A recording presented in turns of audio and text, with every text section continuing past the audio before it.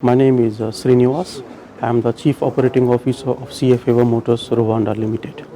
And CFAO Motors Rwanda is the official assemblers and distributors of Volkswagen vehicles in Rwanda. Okay, we started 3.5 years back.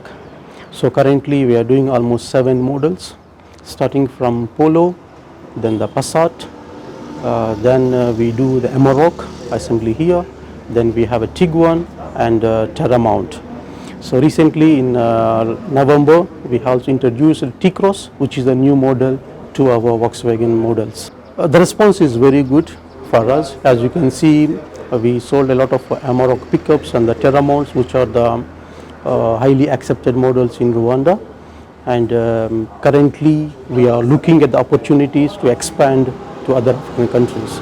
So currently, we are doing only in Rwanda. Well, first of all, we are very much honored to receive His Excellency, President of Guinea Bissau.